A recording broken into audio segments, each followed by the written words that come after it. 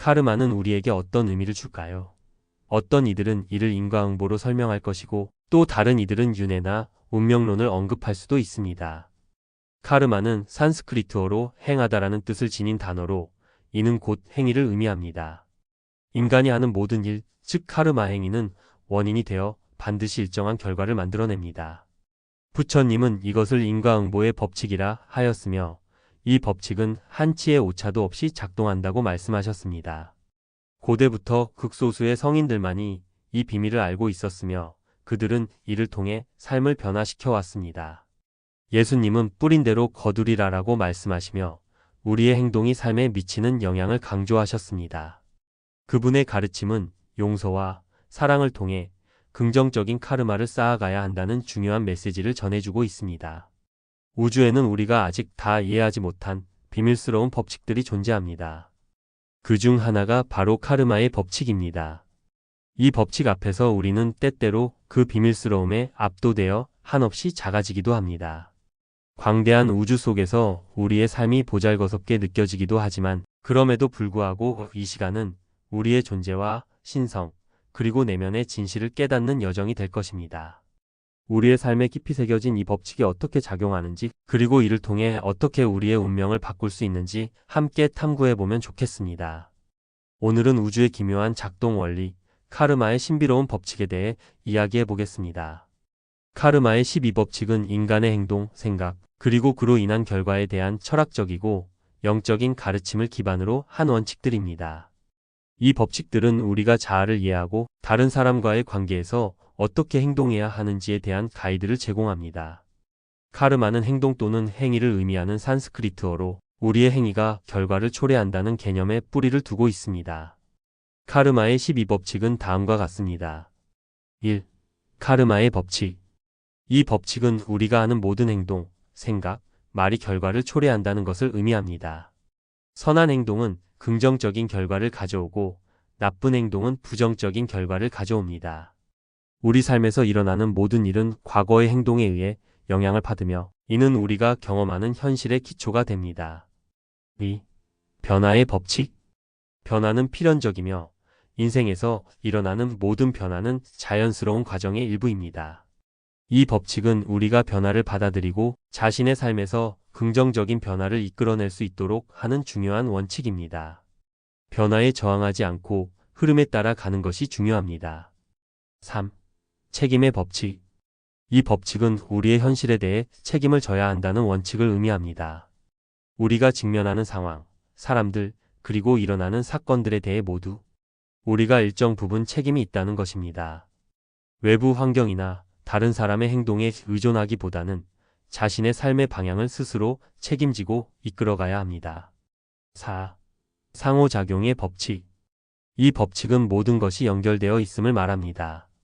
과거, 현재, 미래가 모두 상호작용하고 영향을 미친다는 원칙으로 우리의 현재 행동이 미래에 영향을 미치며 현재와 과거의 선택들이 연결된다는 것입니다. 이 법칙은 우리가 각 순간의 행동에 얼마나 중요한 영향을 미치는지를 상기시킵니다. 5. 에너지의 법칙. 모든 것은 에너지로 이루어져 있으며 우리의 생각, 감정, 말, 행동도 에너지로 전파됩니다. 이 법칙은 우리가 발산하는 에너지가 우리에게 돌아온다는 원칙을 강조합니다. 긍정적인 에너지를 발산하면 긍정적인 결과를 얻고 부정적인 에너지를 발산하면 부정적인 결과가 돌아옵니다. 6. 초점의 법칙. 이 법칙은 우리가 집중하는 곳에 에너지가 흐른다는 원칙입니다. 어떤 것에 집중하는지에 따라 우리의 삶의 방향이 결정됩니다. 만약 우리가 긍정적인 것에 집중한다면 그 긍정적인 것들이 우리 삶에 나타날 것입니다. 반대로 부정적인 것에 집중한다면 그 부정적인 것들이 현실로 나타날 수 있습니다. 7. 주기적인 법칙. 이 법칙은 인내심을 가지고 기다리면 결국 보상이 따른다는 원칙입니다. 성취나 성장은 시간이 걸리며 어떤 일을 이루기 위해서는 꾸준한 노력과 시간이 필요합니다. 결과는 빠르게 나타나지 않을 수 있지만 지속적인 노력은 반드시 보상을 가져옵니다. 8. 분배의 법칙. 이 법칙은 우리가 다른 사람에게 나누어 줄 때 다시 돌아온다는 원칙입니다.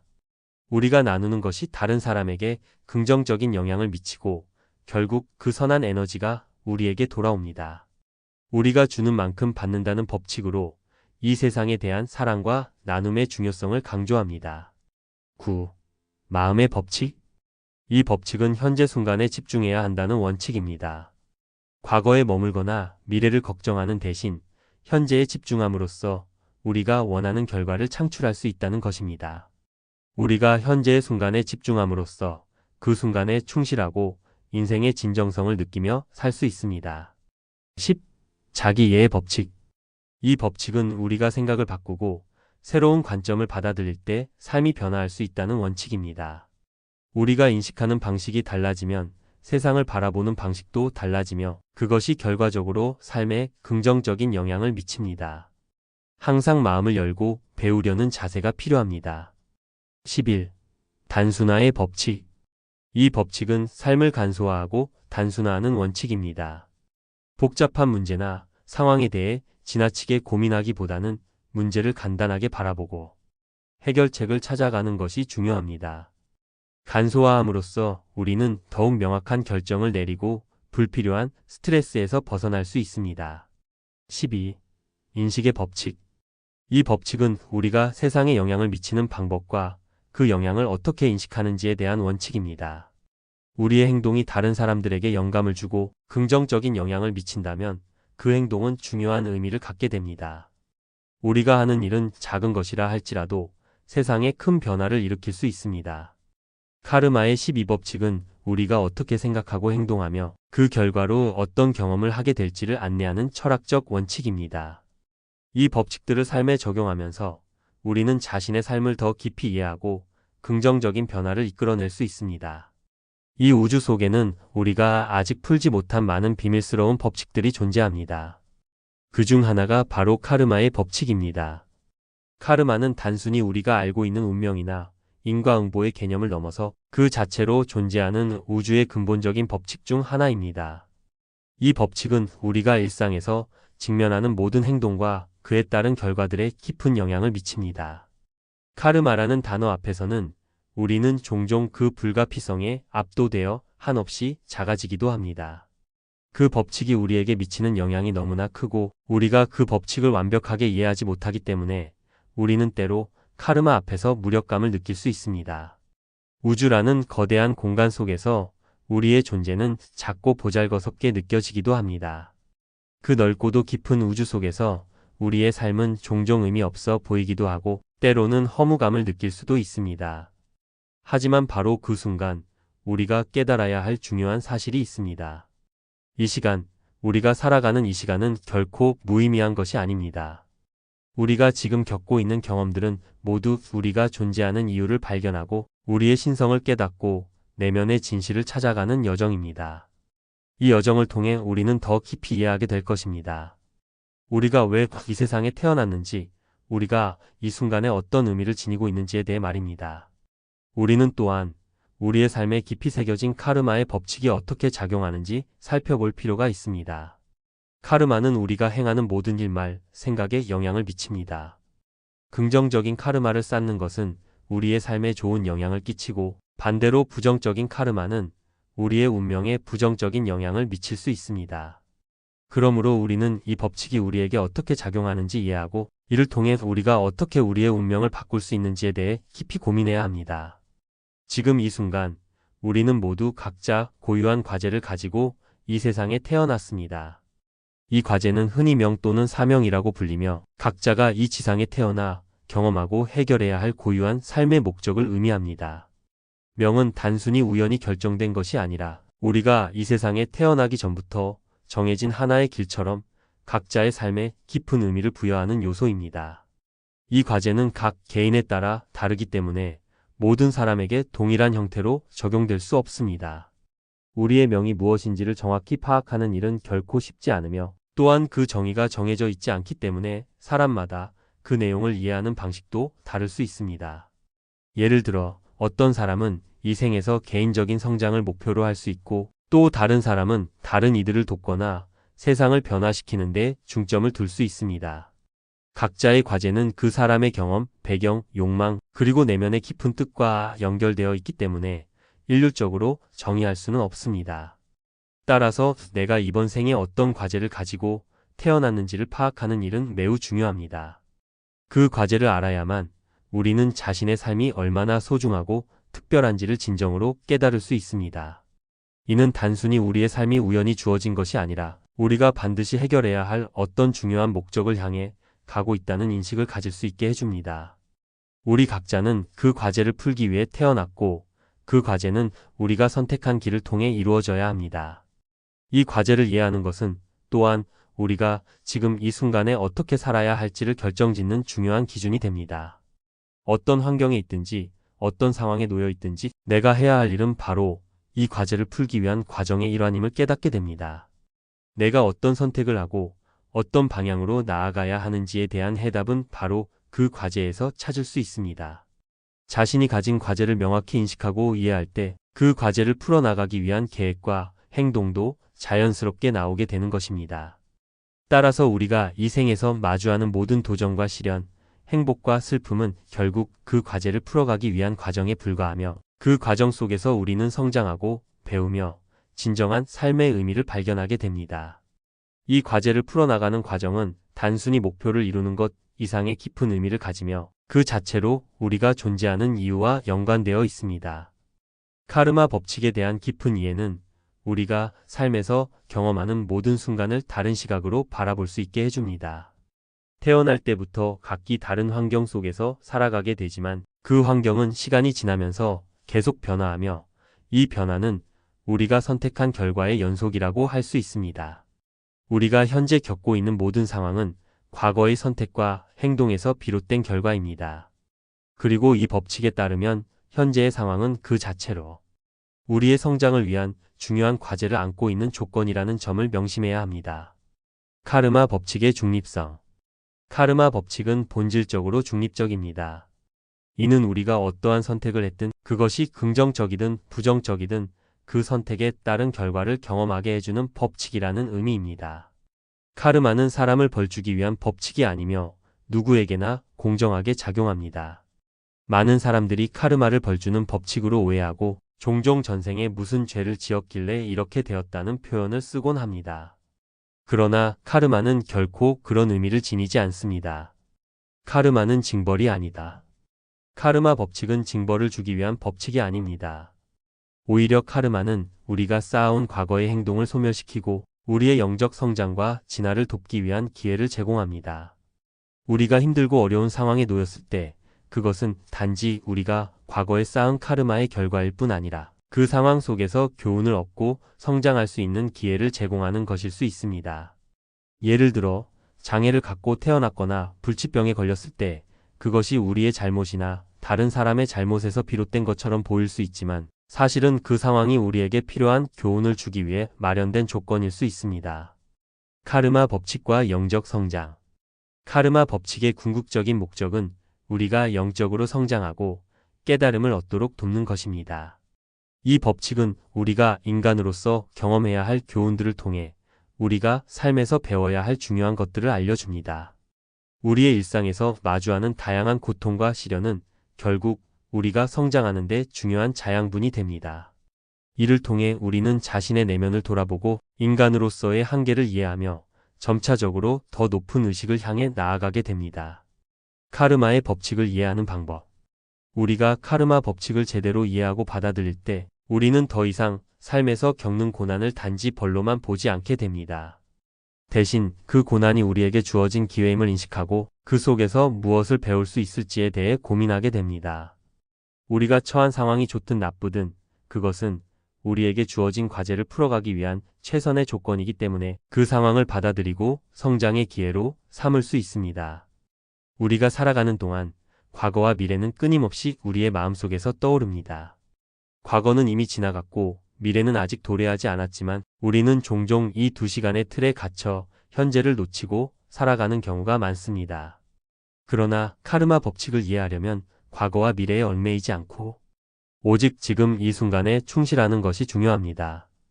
왜냐하면 현재만이 우리가 실제로 경험하고 영향을 미칠 수 있는 시간이기 때문입니다. 지금 이 순간의 중요성.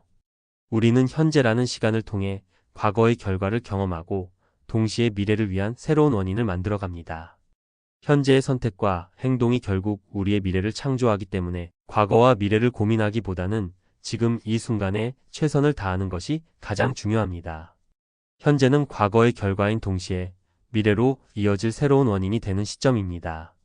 따라서 현재를 소중히 여기는 것은 단순한 삶의 태도가 아니라 카르마 법칙을 제대로 이해하고 실천하는 일과 같습니다.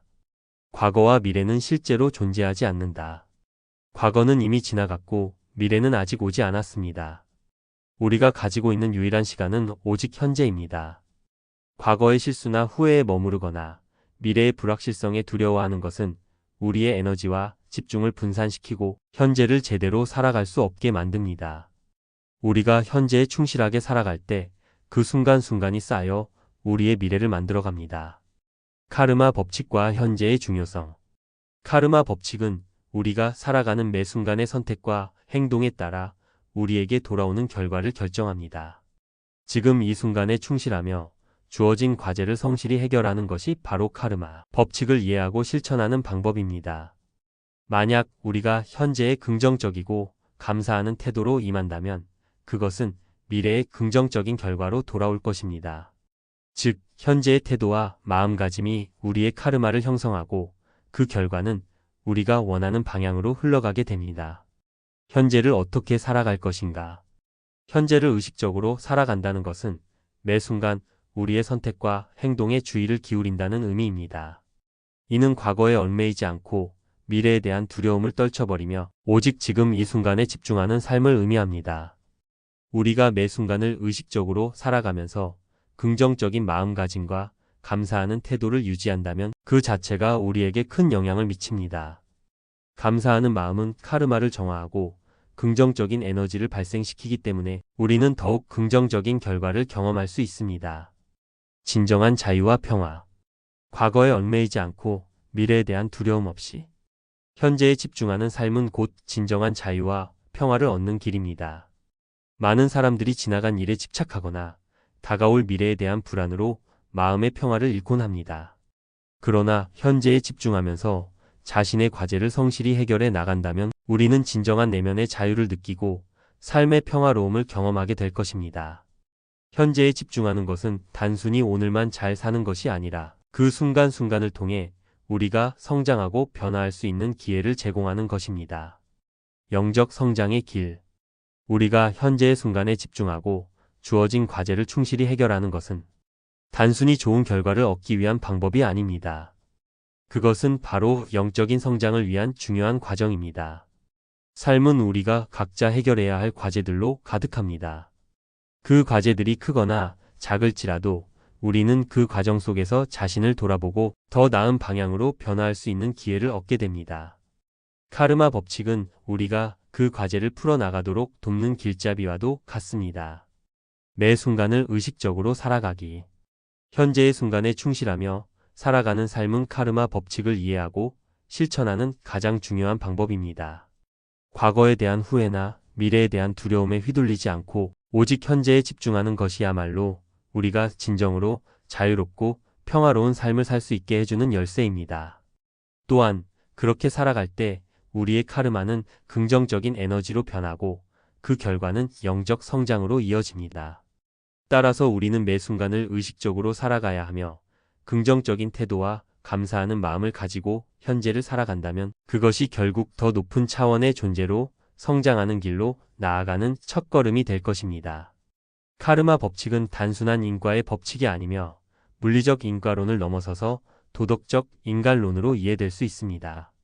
이는 우리가 경험하는 모든 결과가 단순한 원인과 결과의 연쇄로 이루어진 것이 아니라 그 과정에서 우리의 도덕적 의식과 선한 마음이 중요한 역할을 한다는 점을 강조합니다. 카르마 법칙은 인간이 도덕적으로 성장하고 완성되는 길을 인도하는 법칙이며 이로써 우리는 더 나은 사람으로 성장할 수 있도록 돕습니다. 카르마 법칙과 도덕의식. 카르마 법칙은 그저 물리적인 법칙처럼 단순히 원인과 결과가 맞물려 돌아가는 것이 아닙니다. 이 법칙에는 도덕적 의식이 중요한 역할을 합니다. 즉, 우리가 행하는 모든 행동은 그 자체로 결과를 가져오지만 그 행동의 의도와 감정이 어떻게 작용하는지에 따라 결과는 달라진다는 것입니다.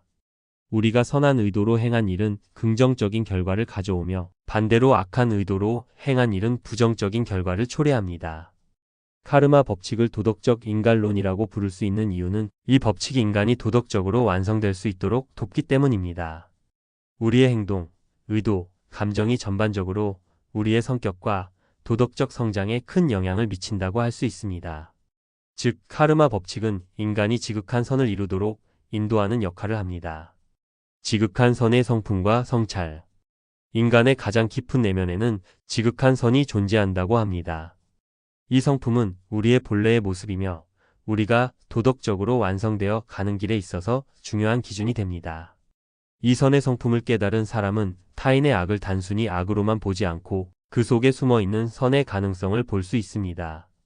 악은 결국 내면의 선을 깨닫게 하는 거울로 작용할 수 있습니다.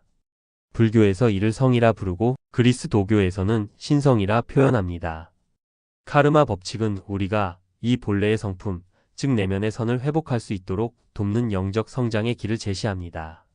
우리가 카르마 법칙을 따를 때 우리는 선과 악을 이분법적으로 분리하기보다는 선을 향해 나아가게 되는 것입니다. 카르마 법칙과 고통. 만약 우리가 도덕적이지 않은 삶을 살고 선을 따르지 않는다면 카르마 법칙은 우리의 삶을 올바른 궤도로 이끌기 위해 신호를 보냅니다. 이 신호는 종종 고통의 형태로 나타날 수 있습니다. 고통은 우리가 올바르지 않은 행동을 하고 있을 때 그 잘못된 방향을 깨닫고 수정할 수 있도록 돕는 메시지입니다. 예를 들어, 내가 다른 사람에게 모욕적인 말을 했다면 언젠가는 내가 그와 같은 상황을 겪을 수 있습니다. 카르마 법칙은 그 상황을 통해 내가 남을 모욕하는 것이 얼마나 큰 상처를 주는 일인지를 배우게 만들고 그러한 행동이 도덕적 성장에 얼마나 큰 장애가 되는지 깨닫게 합니다. 이 과정을 통해 우리는 더 이상 타인을 해치는 행동을 하지 않게 되며 더 나아가 우리 자신의 성숙을 돕는 교훈을 얻게 됩니다. 선한 행동과 그 의도. 반대로 선한 행동은 자연스럽게 긍정적인 결과를 가져옵니다.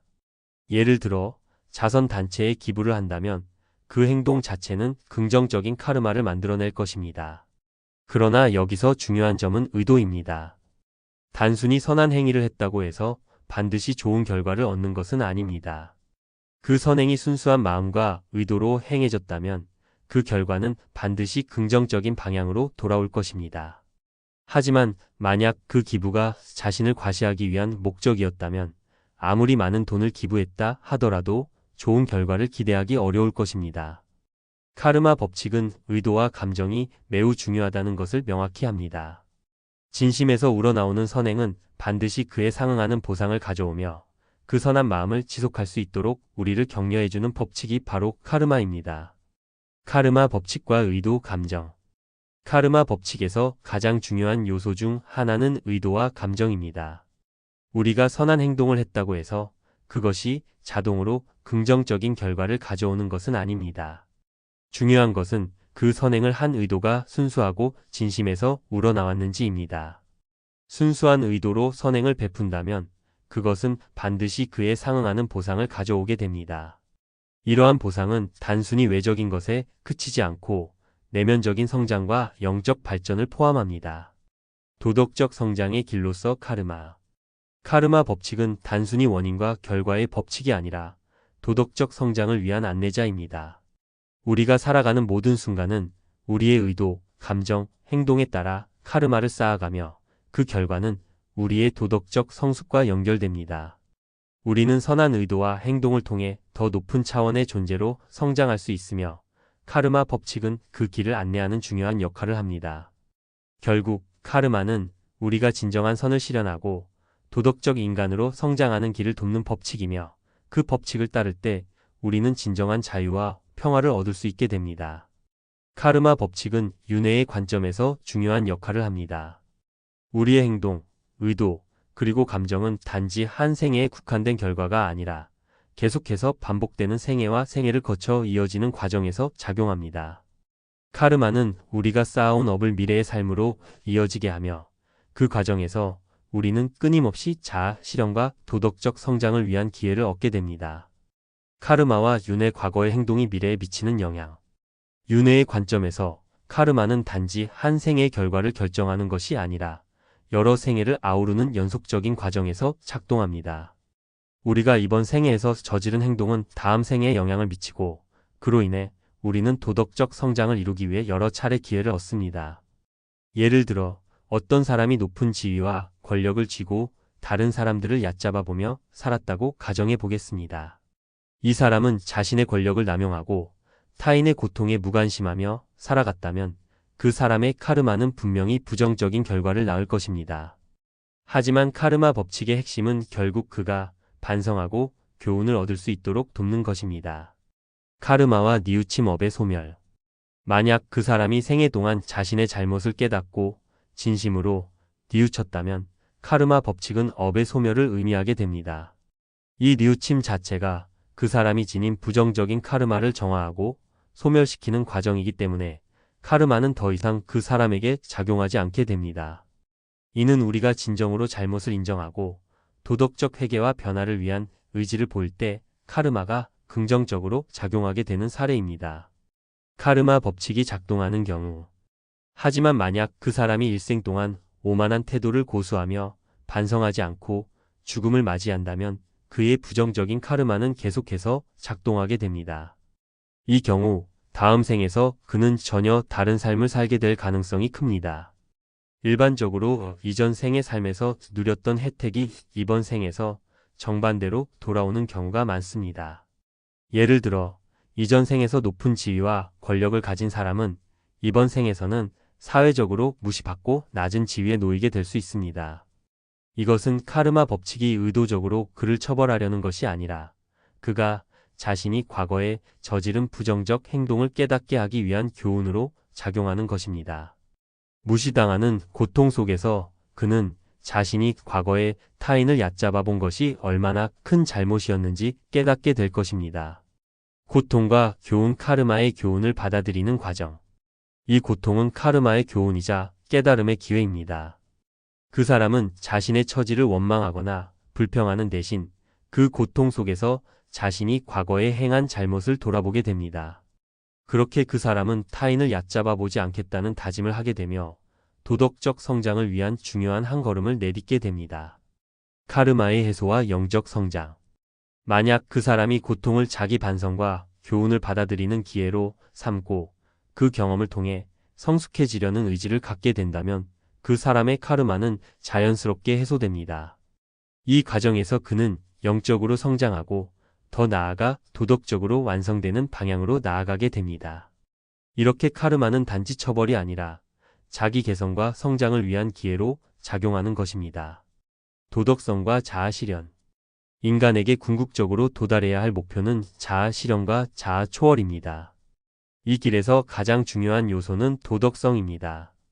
우리가 어떤 물질적 부나 권력을 가지더라도 도덕적으로 완전하지 않다면 그 모든 것은 참된 의미를 지닐 수 없습니다. 도덕성의 완성은 곧 인격의 완성이며 이는 우리가 진정으로 인간답게 살아가고 영적으로 성숙하기 위한 핵심입니다.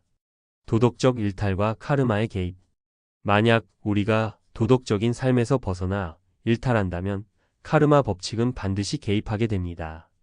이 개입은 종종 고통의 형태로 나타나 우리가 잘못된 길로 가고 있다는 신호를 보내는 방식으로 나타납니다. 이 고통은 내가 지금 하고 있는 일이 잘못되었다는 메시지이며 삶의 궤도를 수정하라는 신호입니다. 카르마의 활성화, 도덕적 일탈을 통한 성장. 따라서 우리가 도덕적 일탈을 하면 그로 인해 카르마 법칙은 우리에게 적절한 교훈을 주기 위해 활성화됩니다. 그 교훈은 우리가 잘못된 행동을 고치고 더 도덕적인 방향으로 나아갈 수 있도록 돕는 역할을 합니다. 이 고통을 받아들이고 교훈을 얻으면 카르마는 점차 해소되고 우리는 더 나은 사람으로 성장할 수 있게 돼. 카르마와 도덕적 성장. 결국 카르마 법칙은 우리가 도덕적 일탈을 했을 때 고통을 통해 교훈을 주며 그 교훈을 받아들여 성장하는 도덕적 성숙의 과정을 돕는 법칙입니다. 이 법칙은 단순히 우리가 겪는 결과를 결정하는 것이 아니라 우리의 삶을 보다 높은 차원의 존재로 성장시키기 위해 작용합니다. 도덕성이 완성되면 우리는 자아 실현에 한 걸음 더 다가갈 수 있으며 이는 영적 성장을 위한 중요한 기회를 제공합니다. 자유의지와 결정론 카르마 법칙의 균형. 모든 것이 전생에 이미 결정된 것이라면 결국 모든 일이 운명대로 정해진 것 아닌가? 라는 질문은 자유의지와 결정론 사이에서 갈등하는 문제입니다. 이런 질문은 사람들에게 중요한 철학적 주제를 떠올리게 합니다. 그러나 카르마 법칙은 이 두 개념을 단순히 선택하거나 배제하는 방식으로 설명하지 않습니다. 대신 카르마 법칙은 결정론이 아닌 인과론에 근거하고 있다는 점이 중요합니다. 카르마 법칙과 인과론. 인과론은 모든 일에는 원인이 있다는 전제를 가지고 있습니다. 즉, 우리가 겪는 모든 사건이나 상황은 과거의 행동이나 선택에 의한 결과로 발생합니다. 하지만 카르마 법칙에서는 그 결과에 대한 반응과 선택이 우리 자유의지에 따라 달라진다는 중요한 점을 강조합니다. 즉, 상황은 이미 발생했지만 그 상황을 어떻게 처리할지는 우리의 자유의지에 달려 있다는 것입니다.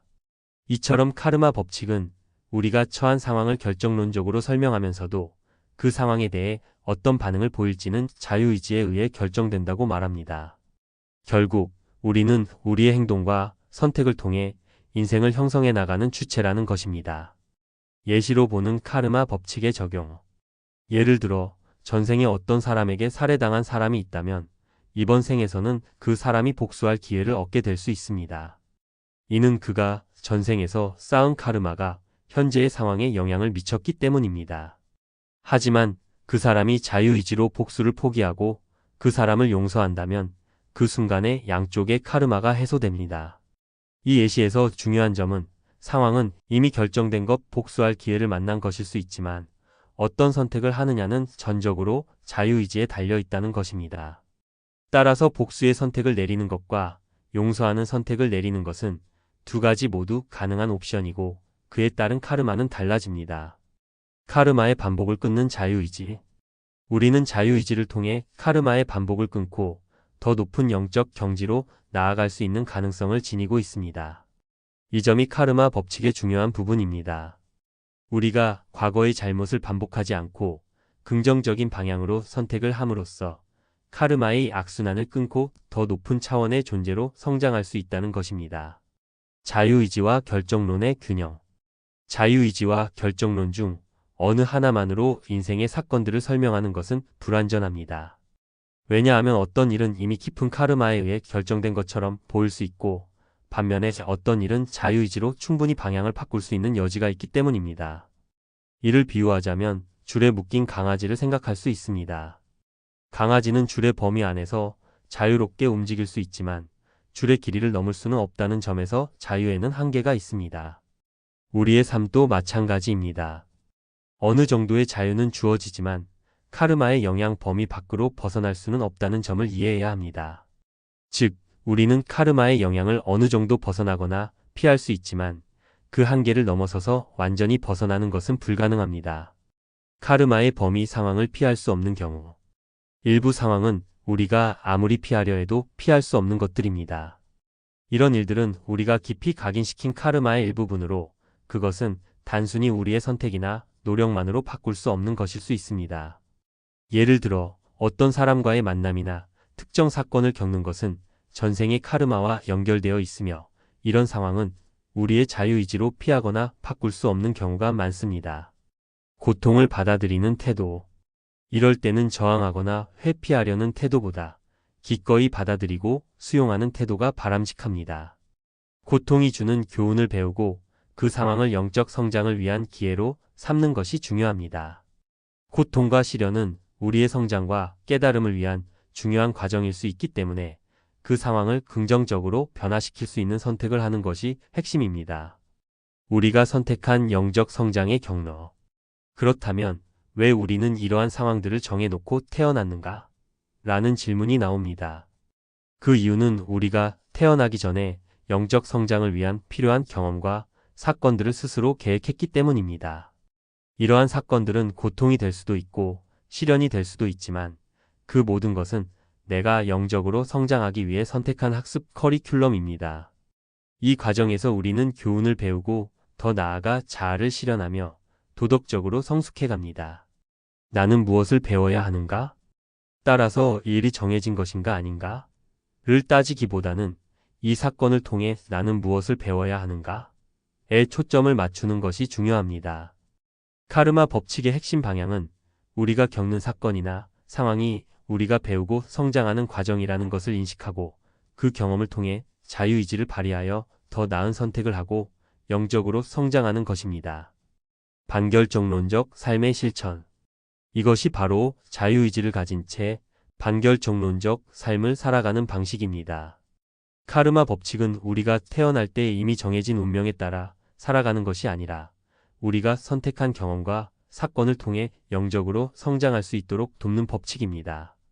자유의지와 결정론이 결합된 이 복합적인 법칙 안에서 우리는 주어진 상황을 잘 활용하고 그 상황을 변화시키는 선택을 통해 더 나은 삶을 살아갈 수 있습니다. 자유의지와 인생의 의미. 영적 성장의 여정. 우리는 왜 태어났는가? 라는 질문은 인간 존재의 깊은 의미를 탐구하는 질문입니다. 이 질문은 단순히 우리의 생존 목적을 묻는 것이 아니라 우리가 이 세상에서 왜 살아가고 있는지, 어떤 목적을 가지고 존재하는지를 묻는 중요한 질문입니다. 이 질문에 대한 답은 영적 성장에 있습니다. 우리가 인간으로 태어나는 이유는 단지 생존을 위한 것이 아니라 영적으로 성숙하기 위한 과정입니다. 영적 성장을 위한 계획. 인간은 한 차원 높은 삶을 살기 위해 태어났습니다.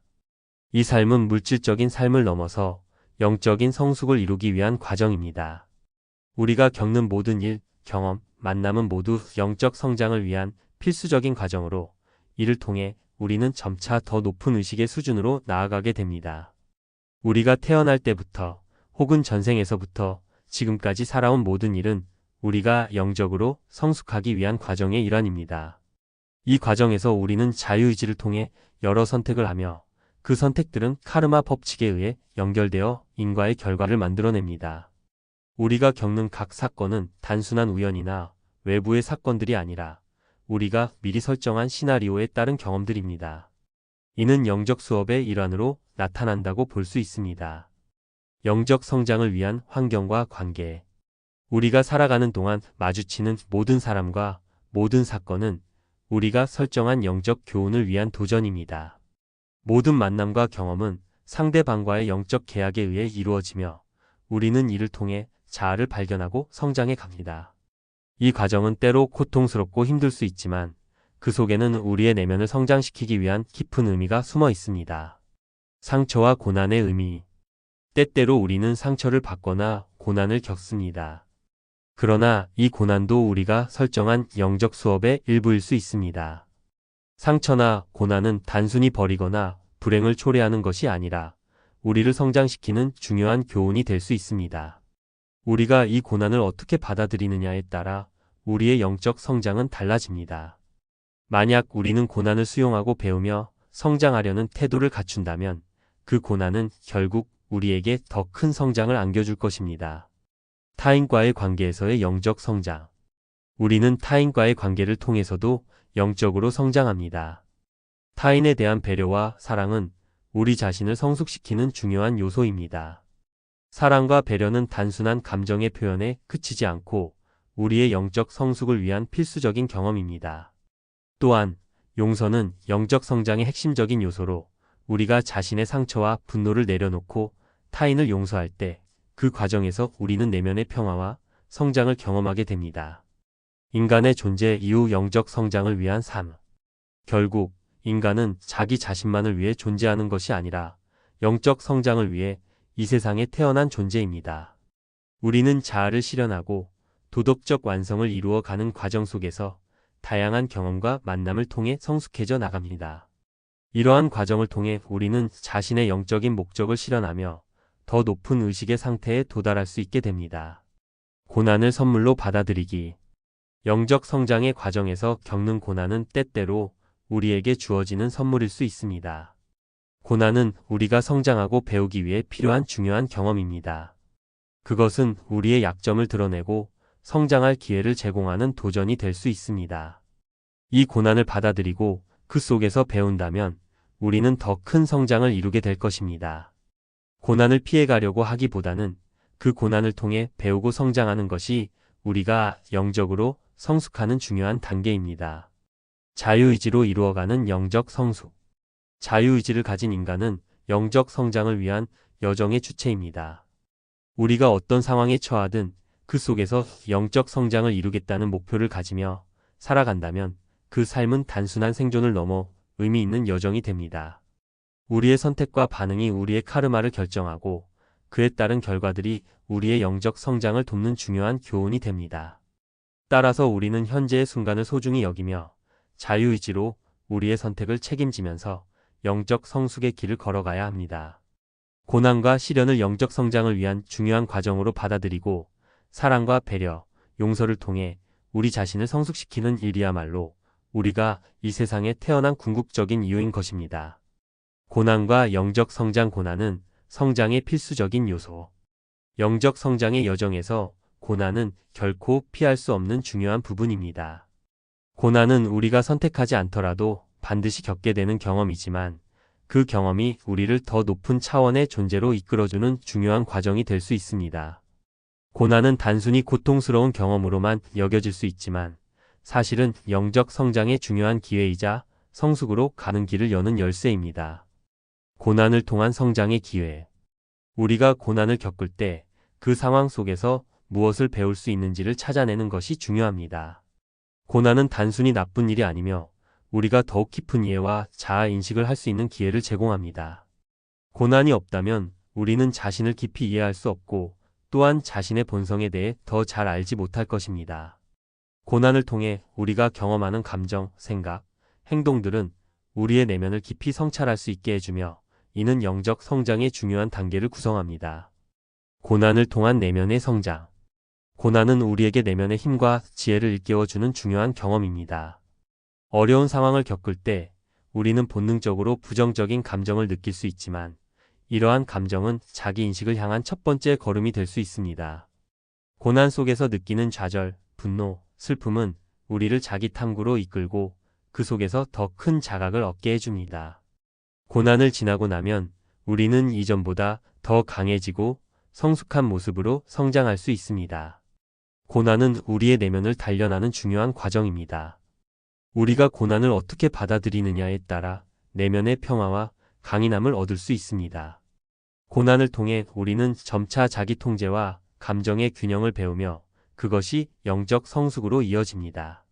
평온함을 유지하며 불안이나 두려움을 극복하는 능력을 키우는 과정 속에서 우리는 진정한 내적 평화를 발견할 수 있습니다. 고난을 두려워하지 말고 받아들여야 하는 이유. 고난을 두려워하지 말고 그것을 삶의 일부로 받아들이는 태도가 필요합니다. 고난은 우리의 성장의 필수적인 요소이기 때문에 그것을 피하려고 하거나 회피하려는 시도는 오히려 우리가 얻을 수 있는 교훈을 놓치게 만들 수 있습니다. 고난은 인간 존재의 불가피한 부분이며 그것을 어떻게 대처하느냐가 우리의 영적 성장의 속도를 결정합니다. 우리는 고난을 경험의 일부로 인정하고 그 고난 속에서 배우려는 태도를 가져야 합니다. 고난을 두려워하거나 회피하기보다는 그 속에서 내가 무엇을 배워야 하는지를 고민하고 그것을 자기 성찰의 기회로 삼아야 합니다. 그렇게 할 때 우리는 고난을 영적인 선물로 인식하게 될 것입니다. 고난을 통해 성숙한 자아 발견. 고난을 겪고 나면 우리는 자기 자신을 더 깊이 이해하게 됩니다. 어려움을 통해 우리는 자아를 발견하고 내면의 진정한 모습을 볼 수 있습니다. 고난 속에서 우리는 불완전한 모습을 직면하고 이를 극복하는 과정을 통해 강한 내면을 형성할 수 있습니다. 또한 우리가 고난을 극복하면서 도덕적이고 영적으로 성숙해 가는 과정은 우리의 삶을 더욱 의미 있게 만들어줍니다. 고난은 또한 우리가 다른 사람들에게 더 많은 공감과 이해를 가질 수 있도록 도와줍니다. 우리가 겪은 고난은 타인에게도 공감과 사랑을 표현할 수 있는 토대가 되며 이는 인간관계를 더욱 깊고 의미 있는 것으로 만들어줍니다. 고난을 통한 진정한 성장. 결국 고난은 단순히 부정적인 경험이 아니라 영적 성장을 위한 필수적인 단계입니다. 고난을 겪을 때마다 우리는 성장과 학습을 통해 점차 더 높은 수준의 존재로 나아가게 됩니다. 중요한 것은 고난 속에서 배우고 성장하려는 마음가짐을 갖는 것입니다. 고난을 두려워하지 않고 그 속에서 내면의 평화와 강인함을 찾으며 자기 인식과 영적 성숙을 이룰 수 있습니다. 고난은 우리 삶에서 반드시 거쳐야 할 과정이며 그것을 잘 받아들이고 활용하는 것이 진정한 성숙으로 가는 길입니다. 내면의 평화. 고난 속에서 찾는 진정한 평화. 내면의 평화는 우리가 겪는 모든 고난과 시련을 넘어서는 중요한 삶의 교훈입니다. 세상의 혼란과 고통은 때로 우리를 흔들리게 하지만 내면의 평화를 찾는 것은 그러한 외부의 영향을 뛰어넘어 마음의 고요함과 안정을 유지하는 데 핵심적입니다. 이 평화는 외부 환경이나 상황에 의존하지 않으며 오히려 우리의 내면에서 우러나오는 것입니다. 내면의 평화를 찾아가는 과정은 우리의 영적 성장에 있어 매우 중요한 부분을 차지합니다. 내면의 평화를 찾는 첫걸음. 내면을 돌아보기. 내면의 평화를 찾기 위해서는 자신을 돌아보는 시간이 필요합니다. 우리의 삶은 종종 외부의 소음과 분주함에 의해 영향을 받으며 그 속에서 진정한 자아를 잃고 혼란스러워질 수 있습니다. 이때 가장 중요한 것은 내면을 돌아보고 자신의 감정과 생각을 정리하는 것입니다. 자기 성찰을 통해 우리는 무엇이 진정으로 중요한지, 무엇이 우리를 방해하고 있는지 깨달을 수 있습니다. 내면의 평화를 찾는 과정에서 가장 중요한 점은 감정을 통제하고 마음을 고요하게 만드는 것입니다. 마음속의 불안과 두려움은 평화를 방해하는 가장 큰 요소들 중 하나입니다. 이를 다스리기 위해서는 명상, 호흡법, 마음 챙김과 같은 방법을 통해 마음의 소란을 잠재우고 내면의 고요함을 회복해야 합니다. 내면의 평화와 자기이해. 내면의 평화를 추구하면서 우리는 자기이해를 깊이 있게 발전시킬 수 있습니다. 자기인식은 자신을 사랑하고 받아들이는 중요한 과정으로 내면의 평화와 불가분의 관계를 맺고 있습니다. 자신의 감정, 생각, 반응을 이해하는 것은 우리가 외부 상황에 휘둘리지 않고 자유롭게 선택할 수 있게 해줍니다. 자기 이해가 깊어질수록 우리는 더 이상 외부 상황이나 다른 사람의 의견에 의해 흔들리지 않으며 내면의 평화를 유지할 수 있게 됩니다. 이러한 자기 이해는 타인과의 관계에도 긍정적인 영향을 미칩니다. 우리가 자기 자신을 이해하고 존중할 때 타인에게도 같은 존중을 보낼 수 있으며 평화롭고 조화로운 관계를 맺을 수 있습니다. 내면의 평화는 단순히 자신을 위한 것이 아니라 세상과의 관계를 더욱 건강하고 의미 있게 만드는 데 중요한 역할을 합니다. 내면의 평화가 가져오는 삶의 변화.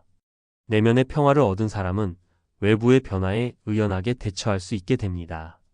삶의 크고 작은 고난과 어려움은 더 이상 그들의 내면을 흔들지 못합니다.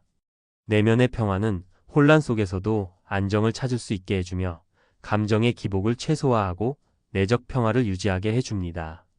또한 내면의 평화를 통해 진정한 자유를 경험할 수 있습니다. 외부의 환경이나 상황이 어떤 식으로 변하든 우리는 자기 내면에서 평화롭고 자유로운 상태를 유지할 수 있습니다. 이러한 내면의 평화는 우리의 삶을 더 풍요롭고 의미 있게 만들어줍니다. 우리가 평화로운 마음으로 살아갈 때 외부의 갈등이나 시련도 그다지 큰 문제가 되지 않습니다. 대신 고요함 속에서 얻는 지혜와 내적 안정이 우리의 삶을 이끌어가게 됩니다. 내면의 평화를 추구하는 사람은 고난을 기회로 바꾸고 그 속에서 성장할 수 있게 됩니다. 내면의 평화와 진정한 자유. 내면의 평화는 진정한 자유를 찾아가는 길입니다. 외부 환경에 의한 불안이나 두려움에서 벗어나 우리는 자유롭게 살아갈 수 있습니다. 내면의 평화를 찾으면 우리는 외부의 상황에 의해 자신이 흔들리지 않도록 만들어집니다.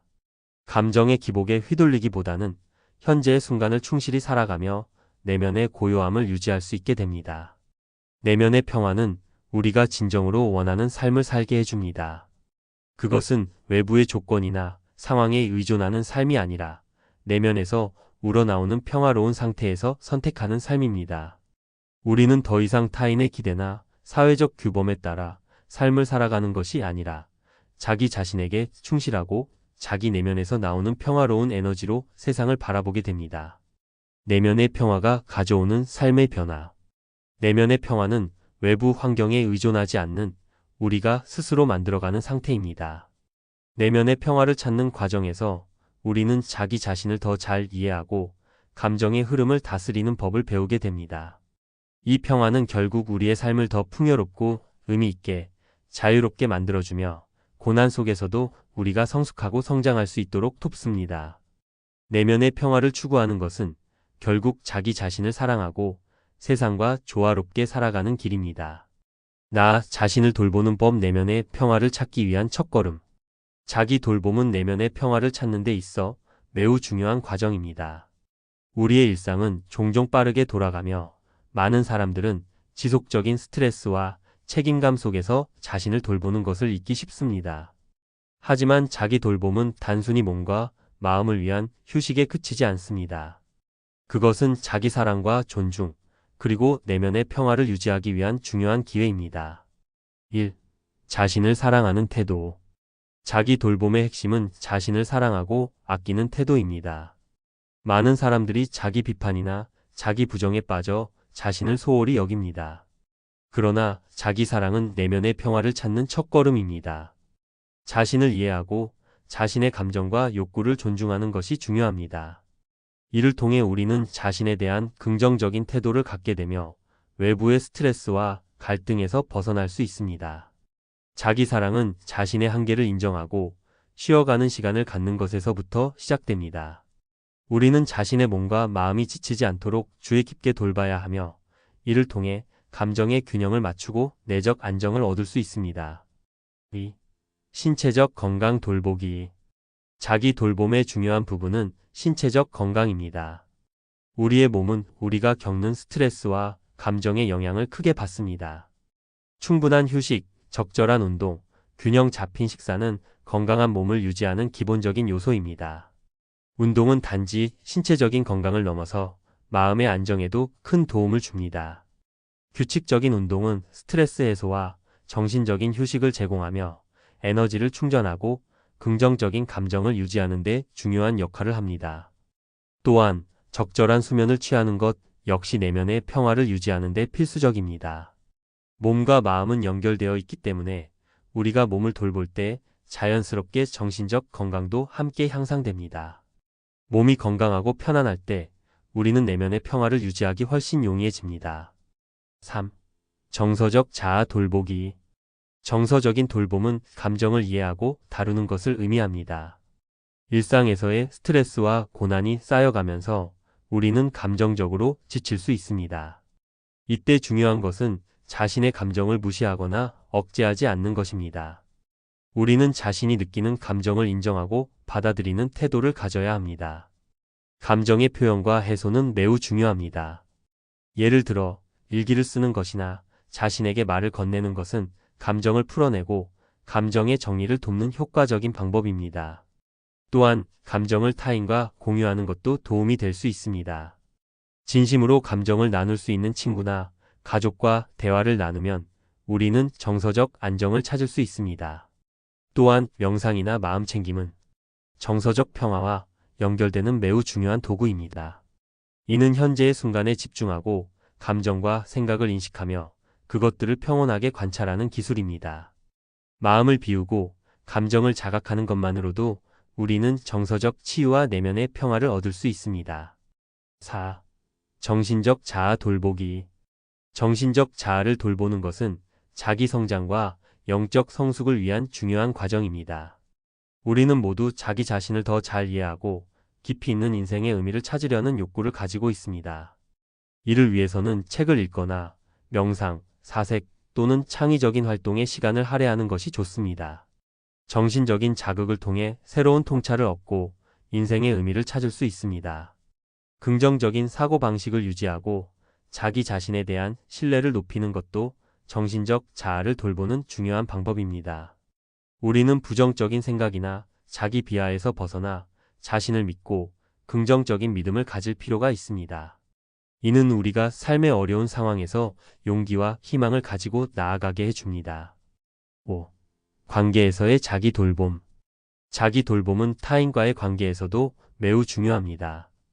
우리가 자신을 존중하고 자기 돌봄을 실천할 때 타인과의 관계도 더 건강하고 긍정적으로 발전할 수 있습니다. 우리는 타인에게 너무 의존하거나 자기 자신의 욕구를 계속해서 희생하는 태도를 버려야 합니다. 균형 있는 관계를 유지하려면 자신의 필요와 감정을 솔직하게 표현하고 건강한 경계를 설정하는 것이 중요합니다. 타인과의 관계에서 자기 돌봄을 실천하는 것은 자신을 사랑하는 행동이기도 하며 이는 내면의 평화와 조화로운 삶으로 이어집니다. 6. 여유로운 시간 갖기. 마지막으로 자신에게 여유를 주는 것이 중요합니다. 우리의 삶은 빠르게 돌아가고 종종 우리는 일상에 치여 자신을 위한 시간을 갖기 어렵습니다. 하지만 혼자만의 시간은 내면의 평화와 정신적 회복의 필수적인 요소입니다. 휴식과 자유로운 활동을 통해 우리는 자신을 재충전하고 더 나은 상태로 세상과 마주할 수 있습니다. 자기 돌봄은 단기적인 치료가 아니라 지속적인 실천이어야 합니다. 이를 통해 우리는 내면의 평화를 이루고 정신적, 신체적, 정서적 균형을 이루며 살아갈 수 있습니다. 자기 돌봄은 내면의 평화를 찾는 가장 중요한 열쇠입니다. 자신을 사랑하고 존중하는 태도에서부터 신체적, 정서적, 정신적 자아를 돌보는 모든 과정이 내면의 평화를 이루는 데 큰 도움이 됩니다. 우리가 자신을 제대로 돌보지 않으면 외부의 스트레스와 갈등 속에서 혼란과 불안에 시달릴 수 있습니다. 그러나 자기 돌봄을 실천하면 우리는 더 건강하고 강한 자신을 느끼며 진정한 평화와 자유를 경험할 수 있습니다. 명상과 호흡. 내면의 평화를 위한 중요한 도구. 명상과 호흡은 내면의 평화를 찾는 데 있어서 가장 효과적이고 깊이 있는 방법 중 하나입니다. 일상생활에서 겪는 스트레스, 불안, 긴장은 우리를 쉽게 흔들리게 만들 수 있습니다. 하지만 명상과 호흡을 통해 우리는 마음의 고요함을 찾고 신체의 긴장을 풀어내며 심리적 안정을 회복할 수 있습니다. 이 두 가지 방법은 우리에게 깊은 내면의 평화를 가져다 주며 외부의 혼란에 휘둘리지 않는 강한 내면을 만들어 줍니다. 1. 명상. 마음의 고요함과 내적 집중. 명상은 우리 마음을 고요하고 집중된 상태로 이끌어주는 과정입니다. 명상을 통해 우리는 현재의 순간에 집중하며 일상의 불안이나 걱정에서 벗어날 수 있습니다. 이 순간의 집중은 과거와 미래의 걱정에서 벗어나 지금 이 순간에 존재하는 자신을 깨닫게 해줍니다. 명상은 여러 가지 형태로 실천할 수 있습니다. 가장 기본적인 명상은 조용한 장소에서 편안하게 앉아 자신의 호흡에 집중하는 것입니다. 호흡에 집중하며 몸과 마음이 편안하게 이완되는 과정을 느낄 수 있습니다. 이렇게 명상을 하면 우리의 마음은 고요하게 가라앉고 자기 내면에 집중할 수 있게 됩니다. 2. 호흡. 몸과 마음을 잇는 연결고리. 호흡은 명상에서 중요한 역할을 합니다. 호흡은 단순히 생리적인 과정이지만 우리의 정신적, 감정적 상태에 깊은 영향을 미칩니다. 깊고 규칙적인 호흡은 신경계를 안정시키고 스트레스와 불안을 완화시키는 데 큰 도움이 됩니다. 심호흡은 신체에 산소를 충분히 공급하고 호흡의 깊이와 리듬에 집중하면서 마음이 차분해집니다. 천천히 깊게 들이마시고 천천히 내쉬는 호흡은 우리를 현재의 순간에 집중하도록 도와주며 과거의 후회나 미래의 걱정에서 벗어나 온전히 지금 이 순간에 존재하게 만듭니다. 3. 명상과 호흡의 상호작용. 내면의 평화를 찾는 통합적 접근. 명상과 호흡은 독립적인 방법이지만 둘이 결합될 때 더욱 강력한 효과를 발휘합니다. 호흡을 의식적으로 조절하면서 명상에 몰입할 때 우리는 마음의 집중력을 높이고 신체의 긴장을 더욱 효과적으로 풀어낼 수 있습니다. 이 두 가지 방법은 서로 보완적이며 함께할 때 더욱 깊은 내면의 평화를 경험할 수 있습니다. 호흡에 집중하는 명상은 감정의 흐름을 관찰하고 불안이나 두려움을 마음속에서 자연스럽게 흘려보낼 수 있도록 도와줍니다. 또한 감정을 억누르지 않고 그냥 있는 그대로 받아들이는 과정을 거치면서 우리는 감정의 안정을 찾을 수 있습니다. 4. 명상과 호흡의 실천. 일상에서의 적용. 명상과 호흡은 특별한 시간과 장소에서만 하는 것이 아닙니다. 일상에서도 손쉽게 실천할 수 있습니다. 예를 들어 출근 전이나 하루 일과 중 잠시 시간을 내어 몇 분간의 심호흡을 해보세요. 자동차를 운전할 때, 사무실에서 잠시 휴식을 취할 때 심호흡을 하며 내면의 평화를 찾아보는 것입니다. 간단한 호흡 명상을 실천하는 것만으로도 우리의 마음과 몸은 훨씬 더 차분해질 수 있습니다. 예를 들어 478호흡법처럼 4초 동안 숨을 들이마시고 7초 동안 숨을 참으며 8초 동안 내쉬는 방식으로 호흡을 조절해 보세요. 이 간단한 기법만으로도 심리적 안정과 마음의 평화를 얻을 수 있습니다. 5. 명상과 호흡을 통한 감정 관리. 우리의 감정은 종종 불안정하고 빠르게 변화할 수 있습니다. 명상과 호흡은 감정을 관찰하고 이해하는 데 도움을 주며 우리가 감정을 다루는 방식에 긍정적인 변화를 가져옵니다. 예를 들어 화가 나거나 스트레스를 받을 때 잠시 명상과 깊은 호흡을 통해 마음을 진정시킬 수 있습니다. 이러한 실천을 통해 우리는 감정을 억누르지 않고 그 감정을 건강하게 표현하는 법을 배울 수 있습니다. 호흡과 명상을 통해 우리는 감정의 흐름을 자연스럽게 받아들이고 감정을 조절할 수 있는 능력을 기를 수 있습니다. 또한 감정에 휘둘리지 않고 평온한 상태에서 더 나은 결정을 내릴 수 있습니다. 6. 명상과 호흡의 장기적인 효과. 정기적인 명상과 호흡 실천은 단기적인 스트레스 해소를 넘어서 장기적인 내면의 평화와 균형을 이루는 데 큰 도움이 됩니다. 꾸준한 실천을 통해 우리는 감정의 기복을 줄이고 더 큰 평온과 안정을 느낄 수 있습니다. 또한 명상과 호흡을 통해 자기 자신과의 연결을 강화하고 자기 존중과 내면의 통합을 이룰 수 있습니다. 명상과 호흡은 내면의 평화를 찾는 데 매우 중요한 도구입니다. 이 두 가지 방법은 몸과 마음을 고요하게 만들고 감정과 생각을 정리하는 데 큰 효과를 줍니다. 호흡을 통해 신경계를 안정시키고 명상으로 마음을 집중시킬 수 있는 실천은 우리가 스트레스와 불안을 관리하는 데 도움을 줍니다. 이 두 가지 방법을 일상에서 실천함으로써 우리는 외부의 혼란 속에서도 내면의 평화를 유지하고 영적 성장을 이루어 나갈 수 있습니다. 자기 자신을 사랑하기 정신 건강과 행복을 위한 필수적인 시작. 자기 자신을 사랑하는 것은 단순히 자신의 외모나 성취를 사랑하는 것이 아닙니다. 자기 자신을 사랑한다는 것은 자신의 존재 자체를 존중하고 모든 측면을 인정하는 것입니다. 이는 정신적, 신체적 건강을 위한 중요한 첫 걸음이며 우리가 진정으로 행복하고 만족스러운 삶을 살기 위한 기초가 됩니다. 자기 자신을 사랑하는 것이 이기적인 것으로 오해될 수 있지만 사실 그것은 자신을 존중하고 돌보는 일입니다. 자기 자신을 사랑하는 사람은 더 많은 내적 평화와 자신감을 가지고 이를 바탕으로 타인에게도 더 많은 사랑과 지원을 베풀 수 있습니다.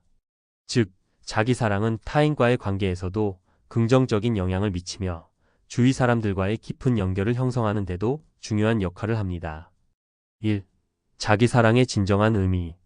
자기 사랑이란 자신의 가치를 인정하고 자신에게 친절한 태도를 취하는 것을 의미합니다. 이는 자신의 단점과 결점도 포용하고 이를 개선하기 위한 노력을 하되 자신에게 비판적인 태도를 취하지 않는 것입니다. 자기 사랑은 외적인 것에 의존하는 것이 아니라 내면의 존중과 자기 수용에 근거합니다. 자기 사랑은 자신을 긍정적으로 바라보고 내면의 목소리에 귀 기울이는 것입니다. 다른 사람들의 기대나 사회적 기준에 얽매여 살지 않고 자신이 진정 원하는 삶의 방향을 찾는 일입니다.